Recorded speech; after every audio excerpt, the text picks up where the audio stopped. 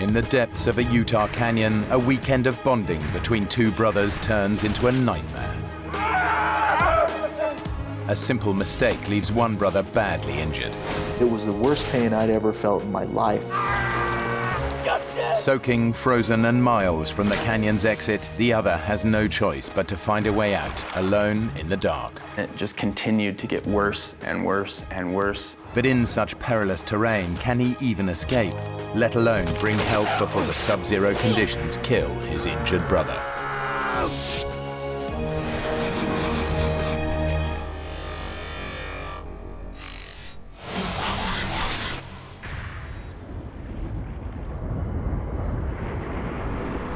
Southern Utah.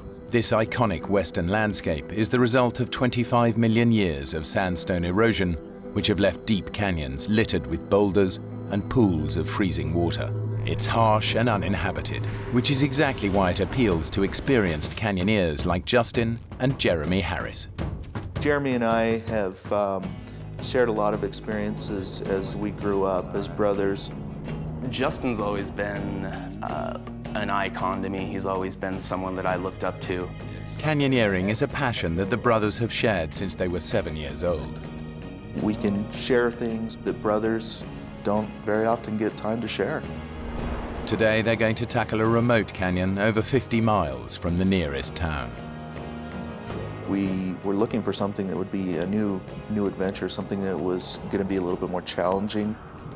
They camp for the night and wake up to a freezing winter morning. Hey, little brother, wake up. What time is it? It's time to go. It had been a while since we'd been out on a hike, and November was, you know, it was a little later than we wanted to go. It's freezing. We both had done quite a bit of winter hiking, so it wasn't something that was foreign to us, but it's definitely something that's going to complicate matters. You sure you're up for this today? I thought about that question, and I think, yeah, maybe part of me as his older brother thought that I needed to make the final say. Yeah, are you? Yeah, I'm up for it. We drove all this way, right? I made the decision that we were going to go for it that day. Justin! We started double-checking all of our equipment, making sure that we had all of the hardware that we needed, that the ropes were ready to go. Our route was going to head up towards the pinnacle and then drop down into Baptist Draw. Basically, at that point, you know, it was like a little bit of kind of elation that we'd made the decision that we were going to go forward with this.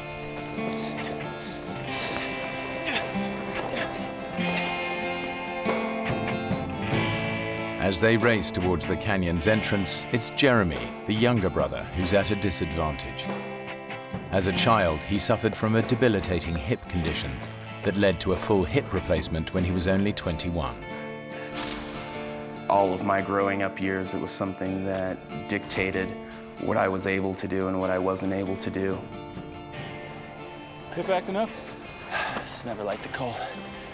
Jeremy's really suffered, and I was always a little bit in awe of the fact that with his artificial hip, he would push himself, and he would find a trail, or he would find a new peak that he hadn't climbed yet. The brothers plan to follow a circular route. The descent into Upper Chute Canyon will take them 500 feet below the surface.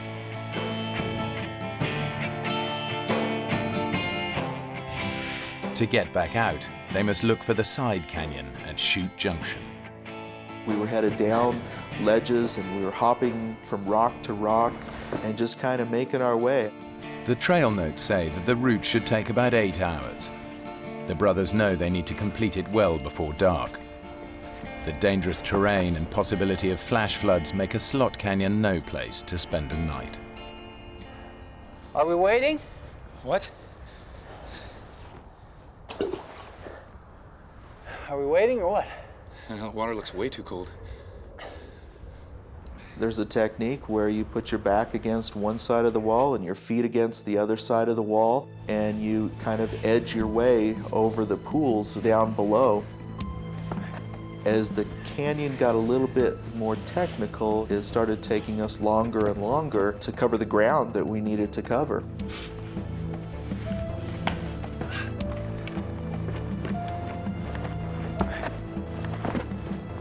I didn't get too concerned about the pace that we were making until we got to the rappel. Is this it? That's it. The drop is too steep just to scramble down. They'll need to use ropes. I could feel the cold wind blowing up into the canyon, and I was starting to get nervous at that point. Justin had not rappelled ever before, had never even put a harness on. How far down do you think that is? 6,000 to 7,000 feet at least. You know, you're my least favorite brother. I know.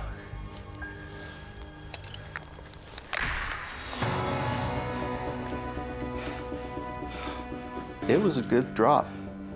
It wasn't something that you would survive if you fell from. See? It's nothing to worry about. I'm not worried. A little terrified, maybe. Not worried. You'll be fine. Jeremy was getting quiet at that point, and I don't know if he was having some of the same thoughts I was having about what was happening and how long it was taking us to do this, but I know that things got really, really serious for us.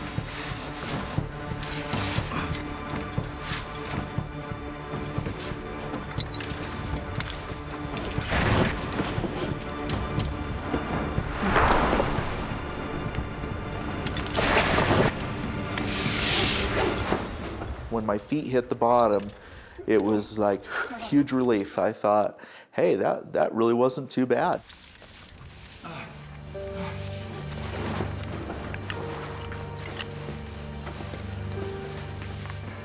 The scary element about technical canyoneering is once you go over a rappel, unless you leave your climbing rope there, you have no way back out. You have no choice but to continue.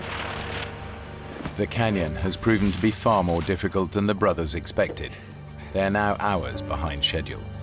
The tension was increasing, the pressure was on. We really needed to get a move on. Well, it wasn't more than 100 yards, and we ran into a huge chokestone. No, that's not on the trail notes. It becomes basically a barrier that you need to climb up and over.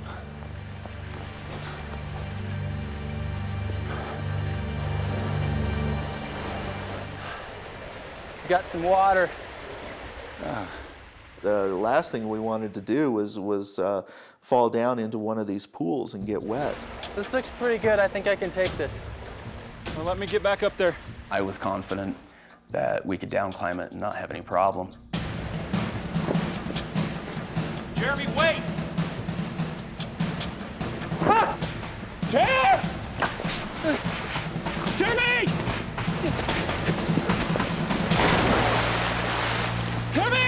I remember when I heard that splash, that was the last thing that I wanted to hear at that point. Jeremy! Jeremy! Jeremy!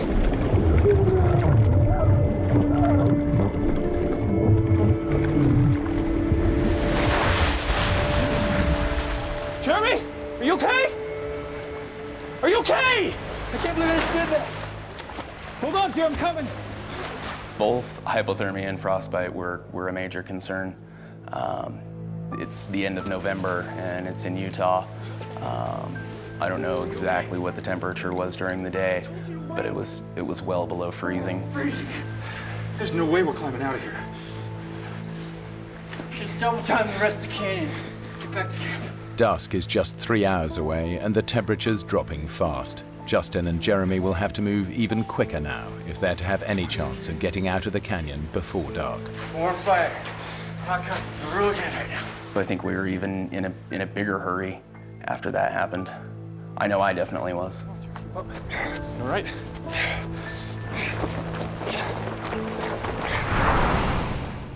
Now the weather, which has been deteriorating all day, takes a dramatic turn for the worse.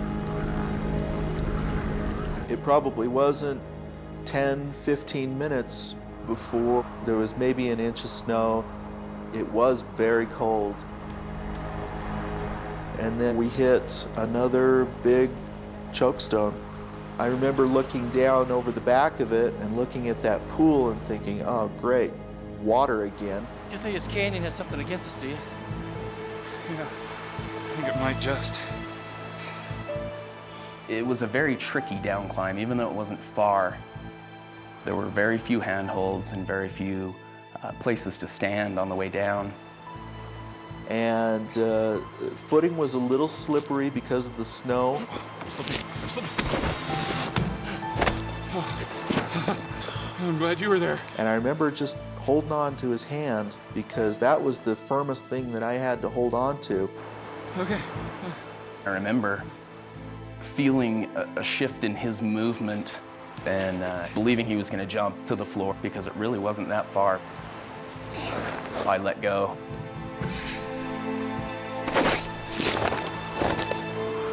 And the next thing I know, I'm basically falling.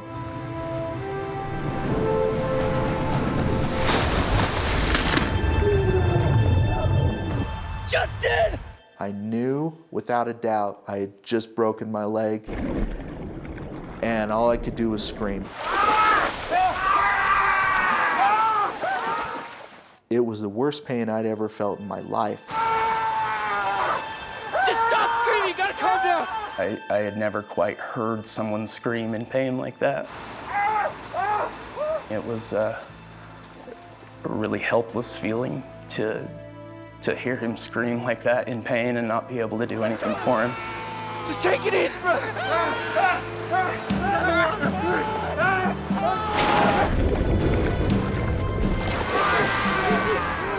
Get up and help me! Get out of the water!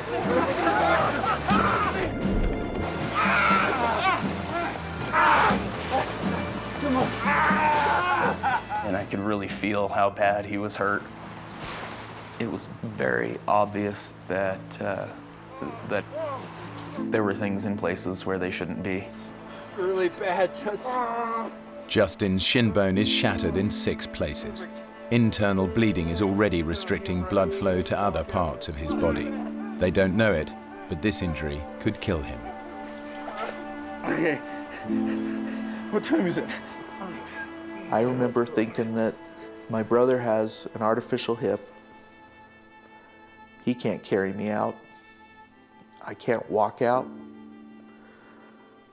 I can't crawl out, and I'm stuck here. We're gonna get through this. You think?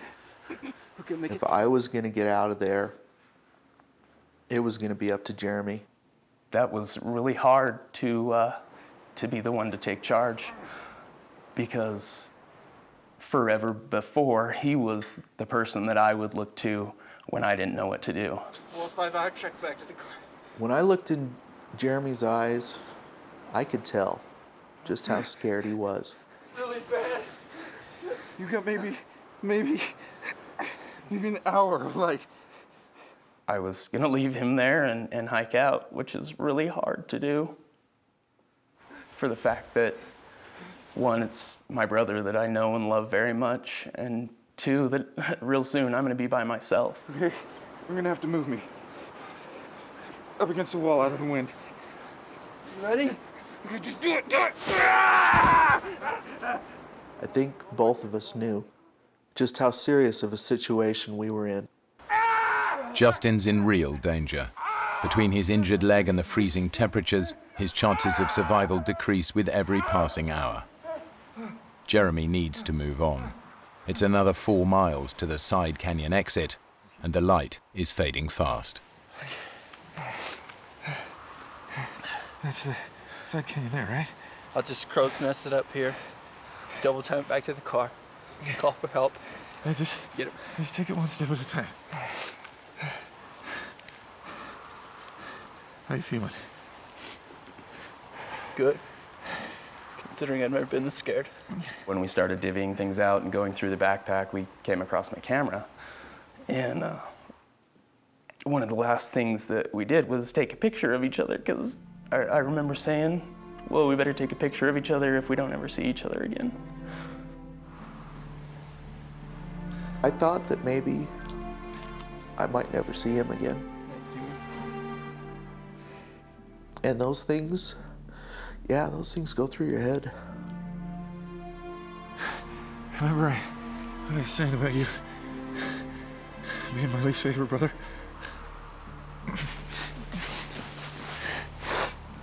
I never liked you much either.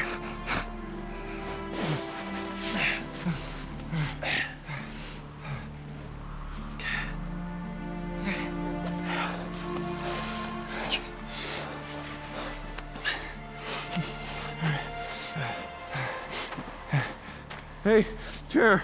Yeah. How do you think the hike's going so far?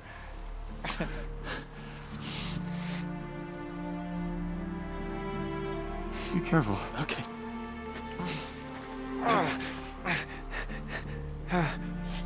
I could see him for a while before he went out of sight.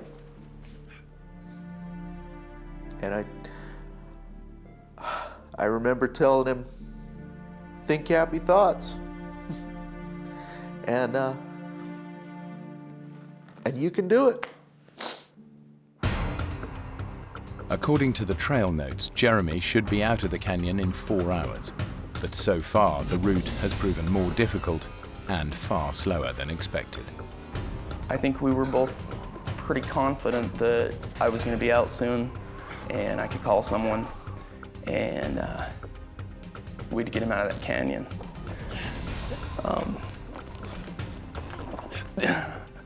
Had no idea what was really going to happen. But Jeremy can't find the side turning that will lead him back out of the canyon to the car. And he's running out of daylight.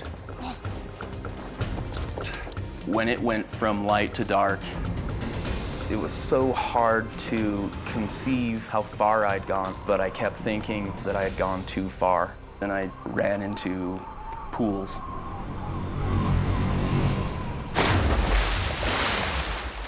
And lots of them.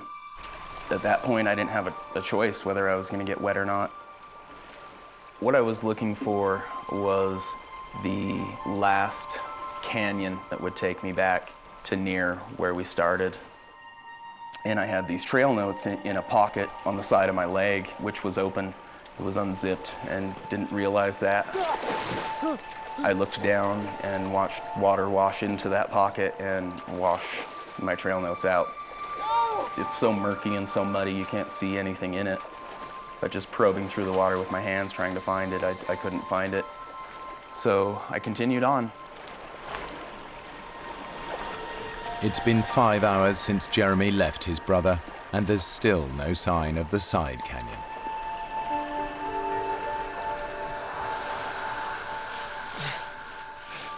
The sense of time was kind of messed up for me. But as I'm sitting there freezing to death and trying to stay alive, you can't help but think that we may have been a lot better off going golfing that weekend. And then I hear little scratching noises, what sounds like something's fidgeting around. And it's completely dark and I can't see anything.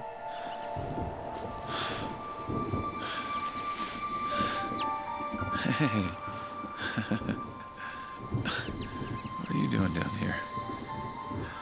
As soon as I located this little guy, it was kind of great to have somebody there with me, even if it was a little mouse. A nut? A raisin? A freeze-dried banana? Get some of that in here. You look like a nut kind of guy to me. Oh, personally, I prefer the raisins. We kind of became pals there for a little while. And then he scurried off. I was almost sad to see him go.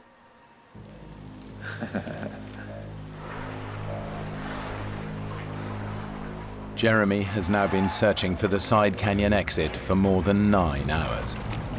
When you're in a pool of water that's that cold and you're having to put out that much energy, it's exhausting. He is disoriented by the darkness, wet and freezing cold. The physical and mental punishment is becoming unbearable. The whole time it had seemed as if it cannot get worse than this. And it just continued to get worse and worse and worse.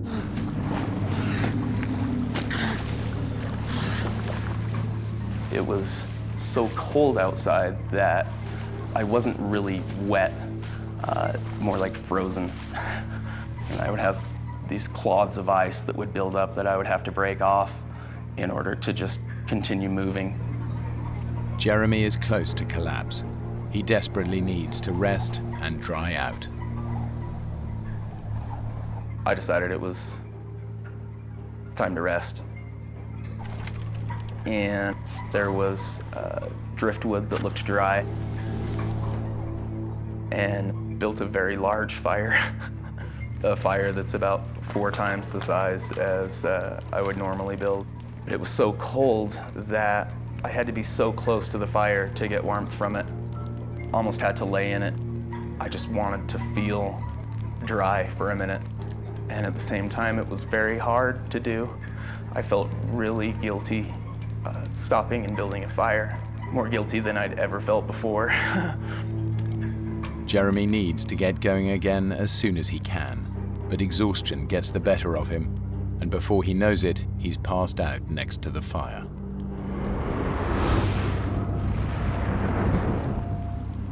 Deep in the canyon, Justin is beginning to realize just how badly his leg is hurt.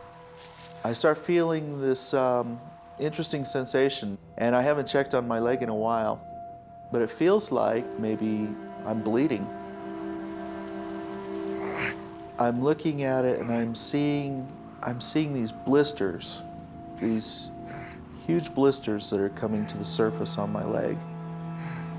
They're rupturing and the fluid is running down my leg. And the swelling has gotten a lot worse. And I didn't know exactly what to make of this. I knew it couldn't be good. Swelling in Justin's broken leg has created so much pressure that blood fluids have burst the veins and capillaries to create fracture blisters. If infection sets in, Justin could lose his leg.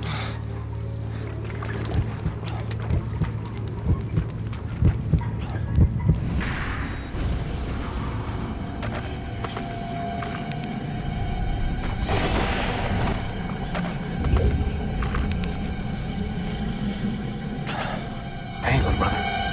Wake up. What time is it? Time to go.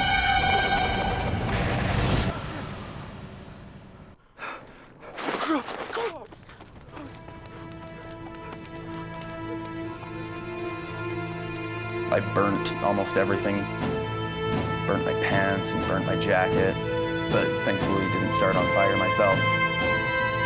So I put myself together and headed back to where I'd left off. Jeremy should have been out of the canyon by now, but in the dark and without trail notes, he has missed the side canyon exit. Now his every step takes him further away from civilization and any hope of rescue for his brother. Justin is starting to succumb to the effects of immobility and bitter cold. He can feel himself slipping into unconsciousness. I know that if I fall asleep, if I get too comfortable, I might not wake up.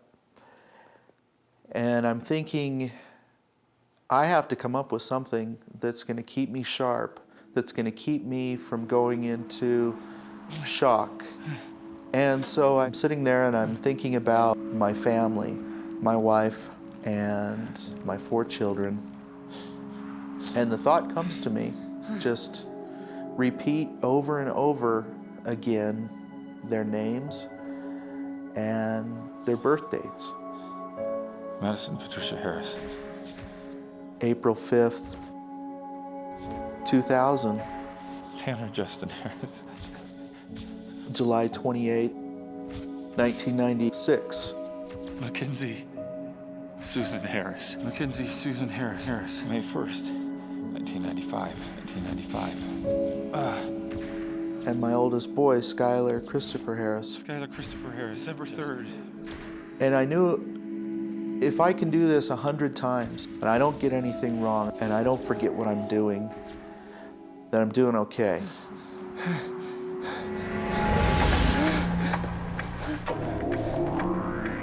Deep inside the canyon, Jeremy hits a series of sharp drops, and for the first time realizes that he is completely lost. I'm going the wrong way. There were definitely points that made me strongly question that I was not in the right place. Maybe I veered off. Jeremy's exhaustion is adding to his confusion. Instead of listening to his instincts, he plows on, getting further and further from the canyon's only exit. Something was wrong. I knew something was wrong. And I hadn't seen my side canyon. And the terrain is getting worse and worse. In daylight, this climb would be a challenge. In the dark, it's practically suicidal.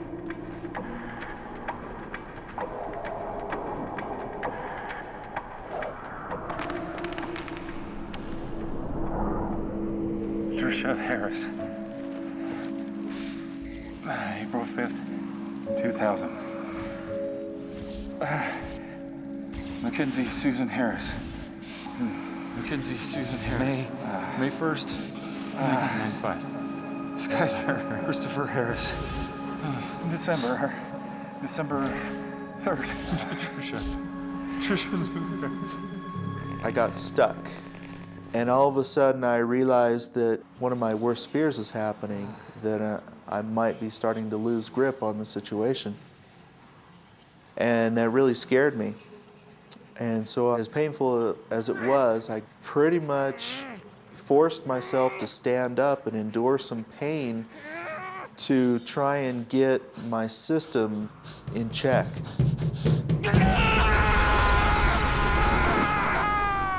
Pain would just shot right up in through my nerves, right up into my knee. It was terrible, but it woke me up.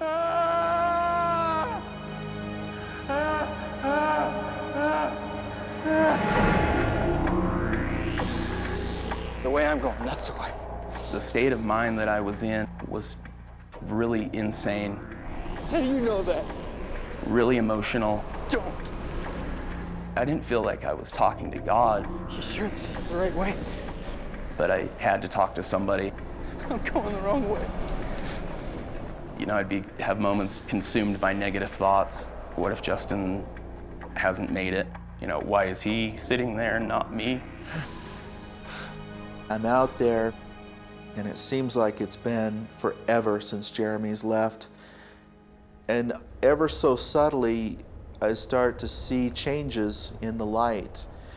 And high above me, it looks maybe a little bit differently. And unless I'm hallucinating at this point, unless I'm starting to see things, I've probably made it through the night. And it was almost like a new awakening. It was a new day, and I was never so glad to see the sun come up. Jeremy has somehow survived the series of perilous climbs. But tragically, he still hasn't realized he's been going in the wrong direction for almost half the night. And I came to another area that was a choke in the canyon and walked up on top of it, and it was about 60 feet to the bottom. I didn't have a rope or a harness, and my thought was, Jump in. Good idea. I was going to jump off the top of this into this pool. Jeremy is so exhausted that it's affecting his judgment. There is no chance that he will survive this jump. Jump in. Yeah.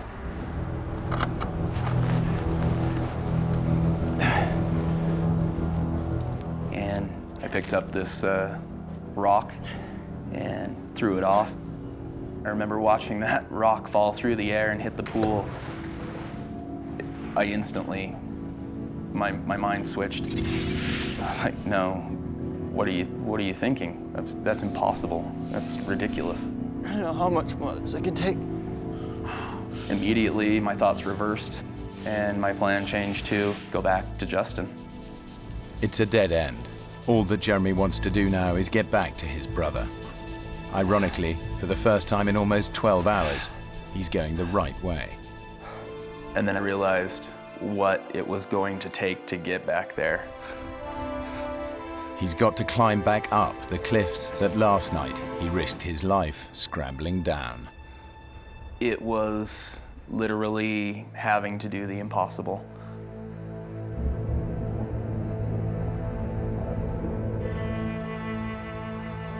For Justin, daylight brings a new sense of hope that rescue is on its way. I could see the sunlight on the cliffs above me changing, and it's getting closer to me. And it's warming up a little bit. For the first time since I had been out there, it was almost bearable. And I'm sitting there, going through the hours and the calculations in my mind, and I'm feeling really good about where I'm at, and I'm feeling great about where Jeremy's at.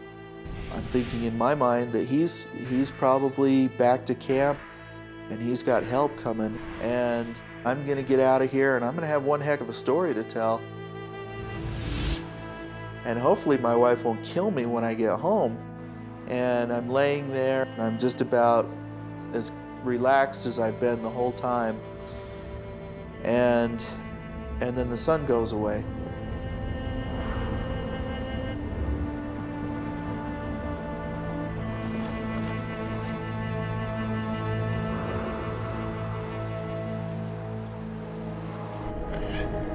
Jeremy has now been climbing through the canyon for over 24 hours. He's exhausted, but driven on by a single thought: to get back to his brother. Climbing up and taking so much energy, getting part of the way or most of the way up, I had never felt so drained.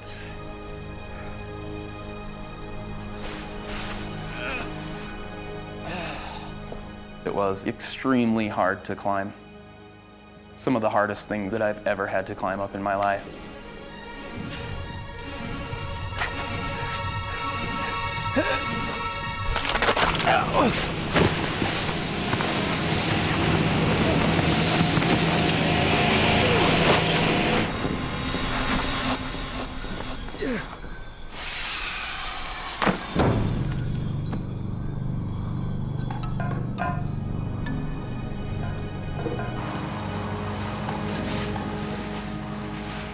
I'm thinking that by now I should have seen somebody.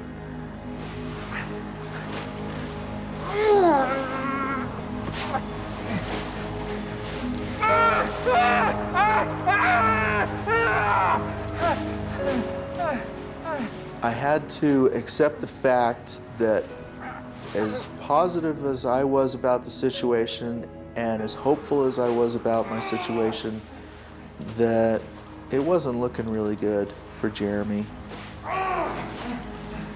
And now it wasn't looking really good for me.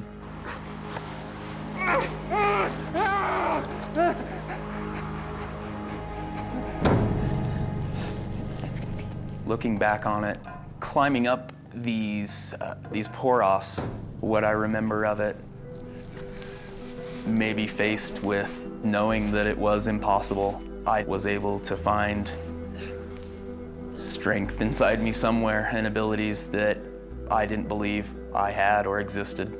It's strange to think about, and I truly don't know how, but I made it.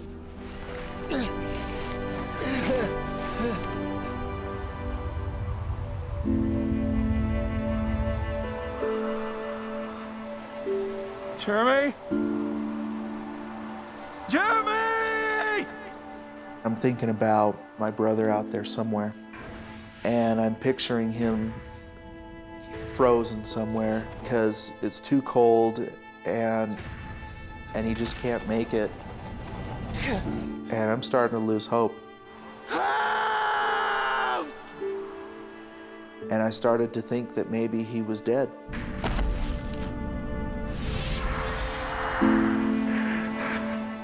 But as Justin struggles with his fears, miles down the canyon, Jeremy is suddenly confronted by his terrible mistake.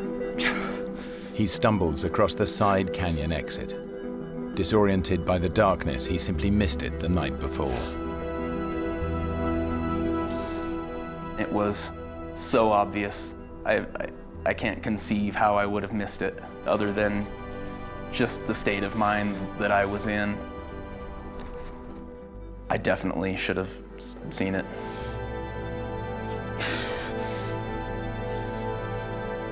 Finally, Jeremy has a chance of escaping from the canyon and getting help for his brother.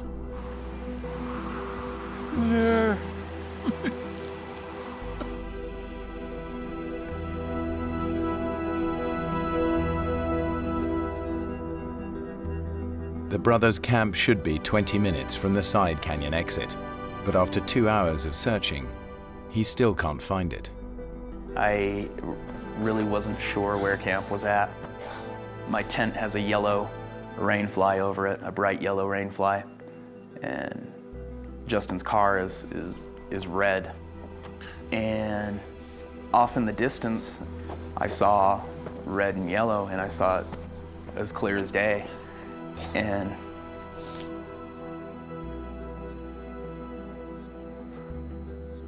literally dropped to my knees and was so thankful that I was back.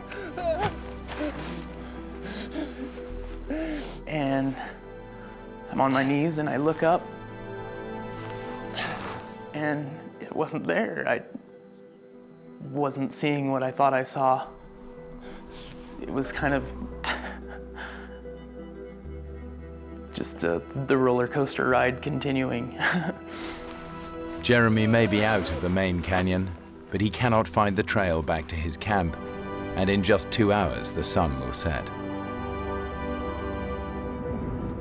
At the bottom of the canyon, Justin's battle for survival has become one of sheer will and faith in his brother. I knew he would do everything that he possibly could to get out of that canyon and to get help in for me.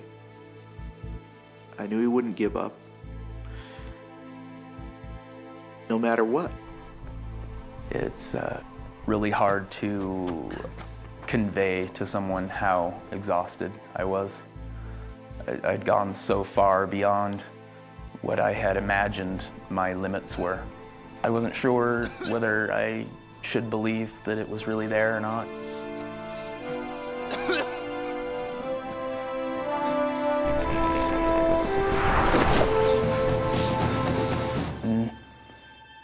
I approached it, and it really was. I hadn't really even thought about my own physical condition. I was a wreck, and kind of amazed at the fact that I was even alive. It should have taken Jeremy just 5 hours to reach their camp. Getting lost means it's taken over 26. I open the car and grab his cell phone, and it's dead. Plug it into the car lighter to get some power and waited a minute. After the superhuman effort that Jeremy has made to escape the canyon, he faces a final cruel twist of fate. I couldn't get any service. I remember holding the phone up over the top of the car and couldn't get a signal. As Jeremy tries to get through to help, Justin is struggling just to get from 1 hour to the next. All you want to do is lay down and just go to sleep for a little while. And I thought about just how easy that would be. And I'm hoping that I can go through another hour. I can get through 2 hours, and then you get through that hour, and time passes. Justin is beginning to realize that he faces another night in the canyon, a night he does not expect to survive.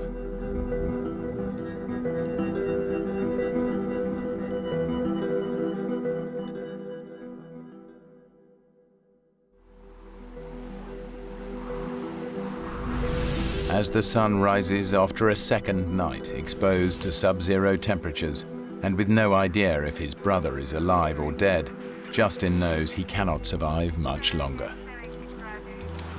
Hello? Hello? Oh! Hey. And then all of a sudden, out of the corner of my eye, I see a face pop around this boulder. And I think we were probably both pretty surprised to see each other. Justin, we see you. He's right over there. Base, we found him. And it was like, you know, they're here. They made it. They made it down. It was wonderful. So how are you feeling? When I first got to Justin, just looking at him, I thought, boy, he's doing pretty good. Well, aside from the shivering, I think I'm okay. Shivering, it means that he is maintaining his core temperature on his own, so that was a good sign to me. My brother Jeremy, where's he? He needed some medical attention. Why, what happened? No, he just got into a little disagreement with the canyon over who was tougher. But he's gonna be okay. I was overcome with emotion. For the first time, I knew that you know, he was out for sure. And I'm getting out of here now. Right. Let's take a look at that leg. I cut up his pant leg just enough to expose the injury where his leg was, and it just totally took me by surprise. As soon as I saw his leg, I knew that we had a very serious situation. Although Justin seems okay, toxins and poisons have built up in his shattered leg to such a degree that moving him risks releasing them into his system.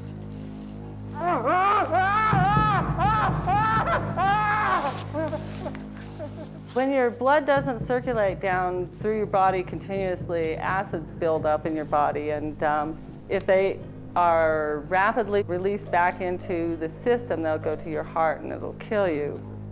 I really thought at that time, he has a really high potential of losing his leg, but even more so of losing his life.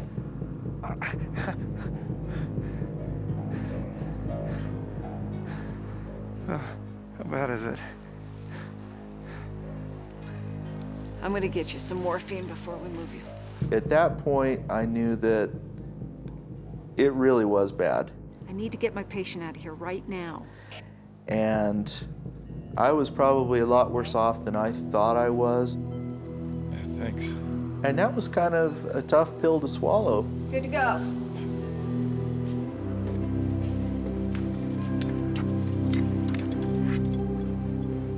I'm laying flat on my back, and you know, for the first time, I'm getting a pretty good view of the canyon that we came down to see, and so I'm kind of looking around, and it's you know, it's a nice canyon.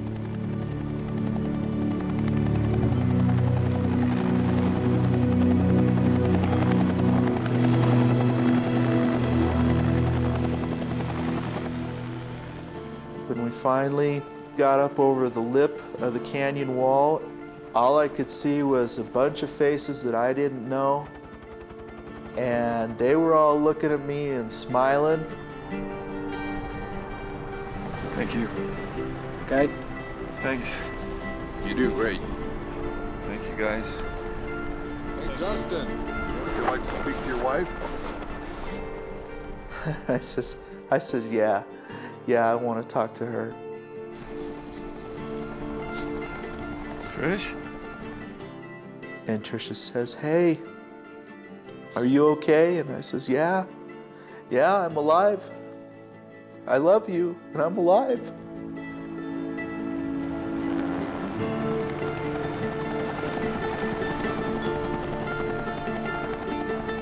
Jeremy and Justin are finally reunited in hospital in Salt Lake City. And I remember thinking, he's just gonna go into surgery and they're gonna fix his leg. And he's gonna be just fine, and that's far from the truth. Justin spent 90 days in the hospital and endured 13 operations. Despite all their efforts, the doctors were unable to save his leg. It was too much to bear. I still felt so guilty. Jeremy and I lived through something that we shouldn't have, and the experience of going through that with someone is powerful. I think just being born of the same mother doesn't make you brothers, and the term brother is a very sacred term to me, and Justin's definitely my brother. Neither Justin nor Jeremy has ever gone canyoneering again. But their bond as brothers is closer than ever since they survived that terrible weekend.